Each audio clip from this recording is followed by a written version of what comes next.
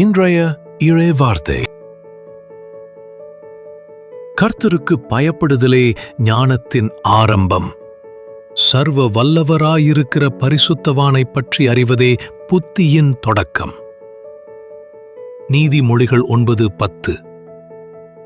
The fear of the Lord is the beginning of wisdom, and the knowledge of the Holy One is understanding.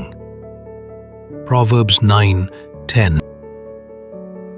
இந்த வசனம் உண்மையான ஞானம் என்பது கடவுளிடம் இருந்து தொடங்குவதையும் அவரை அறிந்து கொள்வதே அனைத்து அறிவுக்கும் அடித்தளமாக இருப்பதையும் வலியுறுத்துகிறது.